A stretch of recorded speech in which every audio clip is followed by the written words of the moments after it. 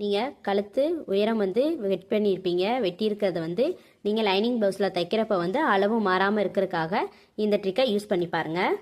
இப்போ இங்கேருந்து கழுத்து அகலம் வச்சுக்கோங்க. இங்கேருந்து கழுத்து அகலம் வச்சுக்கோங்க. இங்கேருந்து ஷோல்டர் அகலம் வச்சுக்கோங்க. இங்கேருந்து கழுத்தோட உயரம் எடுத்துக்கோங்க. உங்களுக்கு எந்த தேவையோ அந்த எடுத்துக்கோங்க. இப்போ இதை மார்க் பண்ணி கோடு போட்டுக்கலாம். இப்போ இங்கேருந்து 2.5 இன்ச் வச்சுருந்தீங்கன்னா இங்கேருந்து 3 இன்ச் வச்சுக்கோங்க. ஷேப் அழகாக இருக்கும்.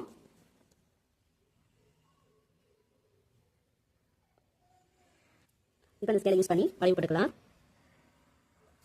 வளைவு போட்டாச்சு. இப்போ இதை எப்படி கட் பண்ணுறதுன்னு பார்க்கலாம். இப்போ இங்கே மேலே இருந்து 1/2 இன்ச்சுக்கு மார்க் பண்ணி கோடு போட்டுக்கலாம். கோடு போட்டாச்சு. இப்போ எப்படி வெட்டுறதுன்னா இங்கேருந்து இப்படியே வெட்டிட்டு இங்கேருந்து இதை வெட்டிடுங்க. வெட்டி காமிக்கிறேன்